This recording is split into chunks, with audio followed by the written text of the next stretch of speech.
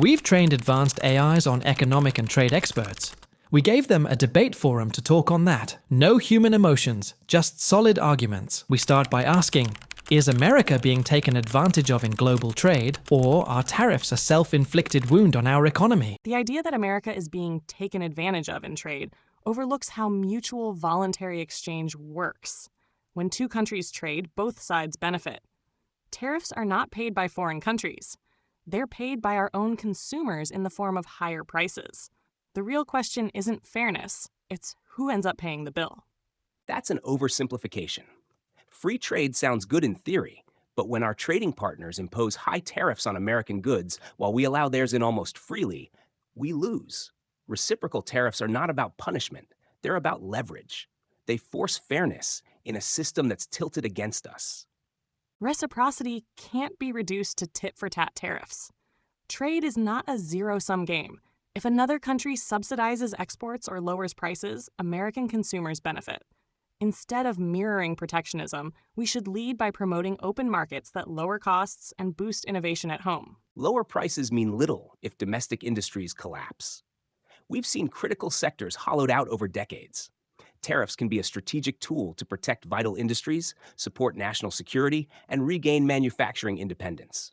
Without balanced trade, we risk dependency. Protectionist policies often backfire. Tariffs provoke retaliation, disrupt supply chains, and raise input costs for American businesses. The goal should be competitive strength, not artificial shields. True resilience comes from adaptability and global cooperation, not isolation. But what has unrestricted trade really brought us? Massive trade deficits, offshore jobs, and diminished industrial capacity. Reciprocity levels the field. It tells our partners, if you want access to our market, you must give us fair terms. That's not isolation, that's negotiation. Do tariffs protect American jobs, or quietly raise the cost of living for everyone? Tariffs are often sold as job creators, but they're really just hidden taxes. When input costs rise, businesses either pass those costs to consumers or cut jobs elsewhere. You may save one factory job, but at the cost of hundreds across the supply chain. Short-term pain can lead to long-term gain. Tariffs create breathing space for struggling industries to recover and compete. That stability leads to job retention and eventually job creation, especially in sectors where foreign underpricing has been devastating. But history shows those jobs often don't return, or they return with automation. Meanwhile, every household ends up paying more. In 2018, tariffs on Chinese goods cost American consumers billions. That's money not spent elsewhere in the economy. That's only part of the equation. If tariffs revive key sectors like steel, automotive, or semiconductors, that strength flows into other parts of the economy. Domestic production means local investment, which leads to infrastructure, training, and better wages. Still, protectionism isn't innovation. Jobs created under tariff walls are often inefficient and unsustainable without continued government support. We should invest in education, R&D, and tech, competitive tools, not barriers. You can't innovate if you've lost the base. Without a solid manufacturing backbone, you're just building castles on sand. Tariffs restore the foundation. Then we innovate. Otherwise, we're permanently dependent on foreign supply chains, even for essentials. Are reciprocal tariffs a tool for fair trade, or a trigger for global economic conflict? Reciprocal tariffs often invite retaliation. Trade wars may begin with targeted tariffs, but they rarely end that way. Countries respond, escalate, and suddenly you're in a standoff, hurting farmers, exporters, and global cooperation. That's assuming other countries don't blink first. In reality, many trading partners adjust policies when confronted with credible pressure. Without consequences, bad actors keep exploiting open markets. Reciprocity forces accountability. Accountability doesn't require confrontation. WTO frameworks, diplomatic negotiations, and trade alliances can address unfair practices more effectively than unilateral tariffs. Go-it-alone strategies can isolate the U.S. and weaken its global influence.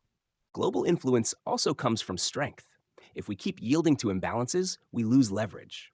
Tariffs, when used strategically, not recklessly, signal seriousness. It's not about isolation. It's about resetting terms that no longer serve us.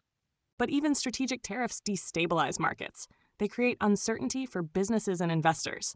That unpredictability deters long-term planning, disrupts supply chains, and risks inflationary shocks, not just domestically, but globally. Stability at the cost of sovereignty is fragile. If we rely too heavily on foreign suppliers for essentials, medicine, semiconductors, energy, we're vulnerable. Tariffs can be a safeguard. Fair trade isn't free trade at any cost. Have tariffs ever truly worked in the long run? Or are they a lesson we keep forgetting? Let's go back to the 1930s. The Smoot-Hawley Tariff Act raised U.S. tariffs on thousands of imports. The result? Retaliation, plummeting global trade, and a deeper Great Depression. Tariffs backfired when the world needed cooperation the most. That's one example, and an extreme one. But consider the 19th century U.S. economy. Tariffs were central to industrial development. They protected nascent industries from British dominance and helped build a self-reliant manufacturing base. True, but the global economy today is nothing like the 1800s. Supply chains are integrated. Markets are interdependent. Tariffs now act more like sand in the gears than a boost to national growth. They disrupt far more than they protect. Yet, modern examples also show selective tariffs working. The Reagan administration imposed tariffs on Japanese motorcycles to protect Harley-Davidson. Within 5 years, Harley recovered and the tariffs were removed. Temporary pressure, permanent recovery. Temporary, yes, but not without cost. Consumers paid more and international tensions rose. Using tariffs as a crutch often delays innovation. Instead of evolving, companies hide behind policy until global competition leaves them behind again. Or tariffs can act like training wheels, providing stability while companies catch up. The lesson from history is not never use tariffs. It's use them wisely. They're tools, not solutions. But the right tool can change the outcome. What have recent tariff battles taught us?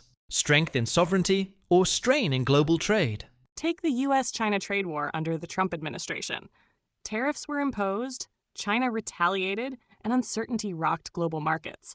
U.S. farmers needed subsidies, supply chains scrambled, and businesses paused investments. But it also forced the conversation. China came to the table, and phase one of the trade agreement emerged. It wasn't perfect, but it showed that tariffs can prompt negotiation when diplomacy alone stalls. Yet even post-deal, many tariffs remained, and so did the inflationary impact. U.S. consumers bore the brunt, not China. A 2020 study estimated over 90% of tariff costs were passed to American importers. That's economic drag, not strength. Short-term pressure, long-term leverage. Tariffs are rarely painless, but they can reset terms. Look at the recent steel and aluminum tariffs. They revitalized domestic output, even if modestly. The point isn't perfection, it's regaining control. But were those gains sustainable? Many U.S. manufacturers reliant on steel faced higher costs, affecting competitiveness. The rebound in steel was matched by losses in downstream industries. That's trading one sector's win for another's loss. Sometimes trade-offs are necessary. No policy benefits everyone equally. But if tariffs rebuild strategic industries and reduce dangerous dependencies, the net gain is national resilience. And in an uncertain world, resilience matters more than margins. Are higher consumer prices an acceptable cost for national economic security? Tariffs raise prices for consumers. That's not a theory. It's a pattern. From electronics to groceries, the cost gets passed down. Why should millions of families pay more just to shield one industry? Because not all costs are visible. Cheap goods don't account for shuttered factories, lost skills, and economic dependency. Short-term price hikes can be the price of long-term strength. Security has a cost, so does vulnerability. But that assumes tariffs actually fix the problem. In many cases, companies just adapt by shifting production to other low-cost countries. The problem isn't solved, it's just rerouted. And yet that rerouting itself can disrupt exploitative trade flows and signal strategic intent. When used with policy alignment, such as subsidies and workforce development, tariffs create space for restructuring, not just redirection. Even so, tariffs can strain diplomatic relationships. Trade partners often retaliate, and the outcome is a tit-for-tat spiral. Doesn't that create geopolitical tension when collaboration is needed most? Tensions arise, yes, but pressure can create results. Diplomacy without leverage is often ignored. Tariffs add weight to negotiations. They're not a first resort, but they are a necessary one when talks stall and deficits grow. Still, we risk becoming reactive instead of strategic. Responding to every imbalance with a tariff turns economic policy into a scoreboard. We need forward-looking investments, not reactive penalties. Do tariffs actually protect industries, or just delay their decline? Tariffs give breathing room. Without them, U.S. steel, semiconductors, and pharmaceuticals risk extinction. Why let critical industries die while chasing theoretical gains in consumer surplus? Because breathing room without reform is just a pause before collapse. Protected industries often grow complacent. Without competition, they stagnate. We've seen it with legacy manufacturing repeatedly. That's why tariffs must be paired with internal reform, R&D, skills training, infrastructure. They're not the full solution, but they're part of it. Ignoring them handicaps recovery. Yet most countries that have truly modernized didn't rely on tariffs. They opened up, attracted investment, and focused on specialization. Tariffs can insulate, but they rarely inspire innovation. Specialization works until there's a crisis. Then every country scrambles for what it gave up. COVID-19 exposed the danger of relying on fragile global supply chains. Tariffs are part of a rebalancing strategy for resilience. Resilience doesn't require walls. It requires networks. Diversified trade, open markets, and transparent regulation build stability. Tariffs may look strong, but overuse fractures the very systems we depend on. Then the answer lies in balance.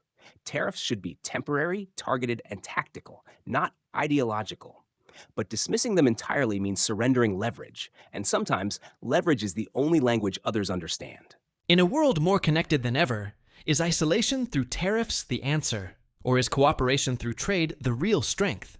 Free trade isn't just about economics. It's about openness, progress, and collaboration.